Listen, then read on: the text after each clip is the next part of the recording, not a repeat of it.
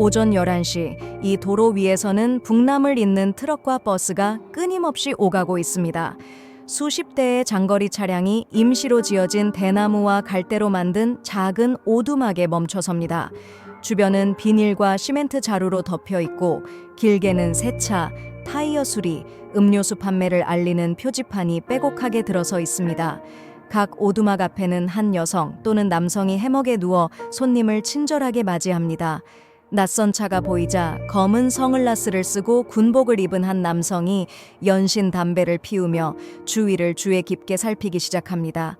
곧바로 근처 오두막에서 두 젊은 남성이 장거리 손님 둘을 빠르게 끌어들여 말합니다.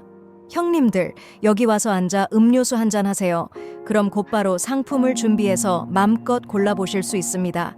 형님들께서 대화 나누는 걸 원하시면 그렇게 하시고 원치 않으시면 음료수만 마시고 가셔도 괜찮아요. 젊은 남성의 친절한 말에 두 사람은 그 오두막에 들러 잠시 쉬기로 결정합니다. 오두막 안에는 이미 여러 명의 장거리 운전사들이 쉬고 있었습니다. 그곳은 편안하게 쉴 수 있는 공간으로 산과 하늘, 바다를 한눈에 볼 수 있는 좋은 경치까지 더해져 있었습니다. 음료수를 주문하자 주인은 웃음을 터뜨리며 대담하게 말했습니다. 멀리서 오신 손님들이라 모르시는 것 같네요. 여기서는 표지판에 적힌 대로 세차나 음료수 판매는 없어요. 그건 단지 단속을 피하려고 그렇게 적어둔 것뿐입니다. 여기선 다 여자만 팝니다. 제5차의 유명한 여자를 모르시다니 남자로서 부끄러운 일이죠. 그 말을 마치고 주인은 전화를 걸었습니다.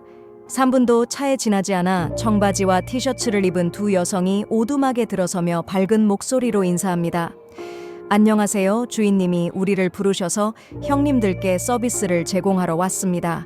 그러면서 손님 곁으로 다가가 앉아 은근한 눈빛으로 손님을 유혹합니다. 주인은 미소를 지으며 뒤돌아 나가면서 멀리서 오신 손님들이니 특별히 잘 챙겨드려라 라고 당부합니다. 주인이 떠나자마자 두 여성은 달콤한 말로 손님들을 유혹합니다. 처음에는 조심스러운 말을 하더니 곧바로 빨리 즐기실 거면 서둘러야 해요. 비가 올지도 몰라요. 라고 재촉합니다. 손님들이 외지에서 온 것을 눈치챈 한 여성이 설명하기를 이곳의 세차장과 음료수 가게들은 사실 매춘을 위한 장소라고 합니다. 때로는 한 주인이 4~5개의 가게를 운영하기도 합니다. 오두막 내부에는 항상 몇 명의 여성이 준비되어 있으며 A부터 Z까지 모든 서비스를 제공할 준비가 되어 있다고 합니다. 밤이 되면 이곳은 더욱 활기를 띠고 여성들은 기꺼이 자신의 몸을 판매한다고 말합니다. 원하시는 곳이 있으면 우리가 모두 맞춰드릴게요 라고 전기라는 여성이 말했습니다. 전기에 따르면 대부분의 포주들은 지역 사람들이며 접대 여성들은 다른 지역에서 선발되어 이곳에서 일한다고 합니다.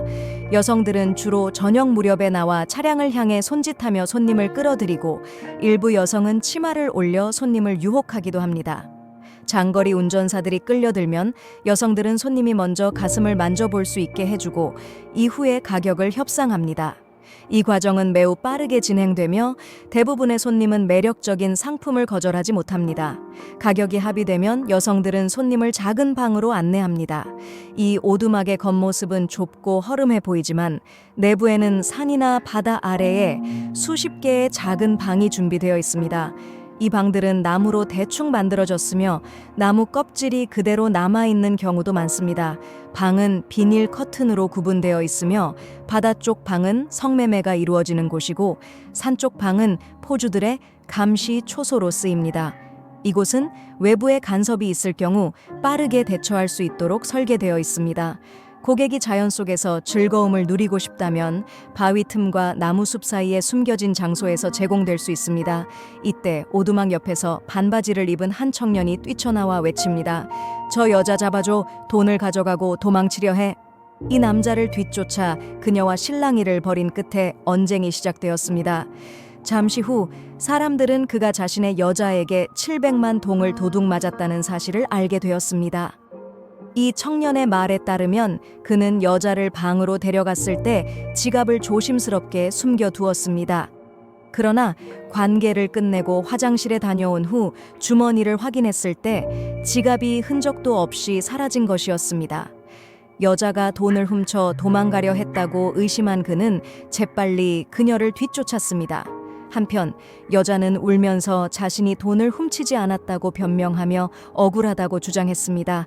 하지만 자신이 억울함을 증명하려는 동안 그녀는 다른 손님에게 작게 속삭였습니다. 0122345678 번호로 전화 좀 해주세요. 그 손님은 이 상황이 성매매 여성들의 도둑질 수법이라는 것을 알아차리고는 내 전화기가 배터리가 없네 라고 핑계를 댔습니다. 그녀와 다투는 것이 무의미하다고 생각한 사람들은 결국 그녀의 몸을 수색하기로 했고 그녀의 브래지어 안에 500만 동짜리 지폐 700만 동이 숨겨져 있는 것을 발견했습니다. 옆에서 일어난 소동을 목격한 두 손님은 다시 식당으로 돌아갔습니다. 두 여성은 손님들을 안심시키며 말했습니다. 걱정하지 마세요. 사람마다 다르니까요. 다른 사람의 일을 보고 우리를 평가하지 말아주세요. 이후 두 여성은 직업 용어로 유혹하기 시작했습니다. 뭘 드시겠어요? 333 타이거 아니면 하이네켄. 하이네켄은 15만 동이면 끝까지 즐길 수 있고 타이거는 10만 동의 건식 서비스, 333은 외관만 감상하실 수 있어요. 아름답고 하얀 피부, 얇은 옷 아래로 풍만한 가슴을 드러낸 그녀들의 모습은 모델 못지않았습니다. 두 남성은 바로 고개를 끄덕였습니다. 두 여성은 손님들을 산길 아래로 몇 미터 걸어갔습니다. 가는 도중 그녀들은 먼저 음료값을 요구한 후 손님들을 만족시키겠다고 말했습니다.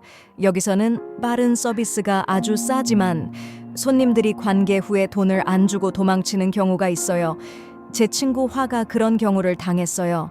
화는 2년 넘게 일했는데 한 번은 멋진 옷을 입고 스쿠터를 타고 온 남자가 새로운 바람을 찾는다고 하면서 30만 동을 제안했어요. 그녀는 그 남자가 돈을 줄 거라고 믿고 계약을 받아들였죠. 하지만 결국 그는 돈을 주지 않았고 오히려 화의 주머니에서 50만 동을 훔쳐갔어요. 그녀는 너무 화가 나서 그 남자를 욕했어요. 함께 걷던 탕이라는 여자는 불평했습니다. 이런 일이 있을 때마다 속상해요.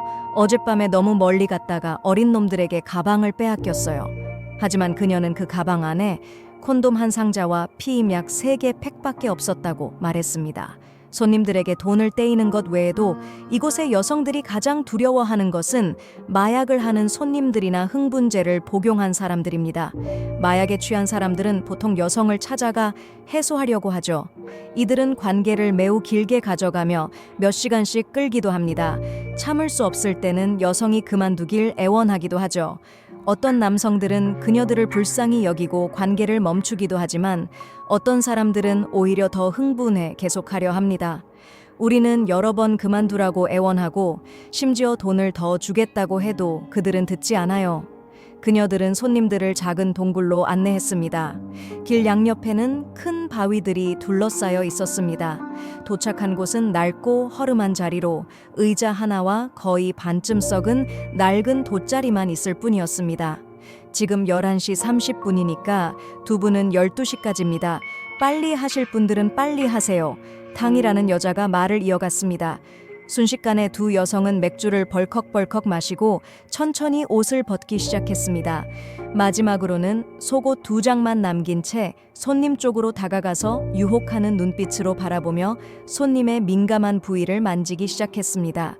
이곳 여성들은 때때로 당국이 단속을 벌이면 모든 가게가 잠잠해지지만 상황이 진정되면 다시 일을 시작한다고 말했습니다.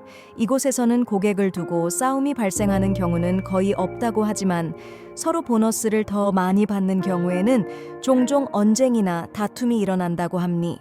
친애하는 여러분, 플러그 이야기의 시간은 이제 마무리되었습니다.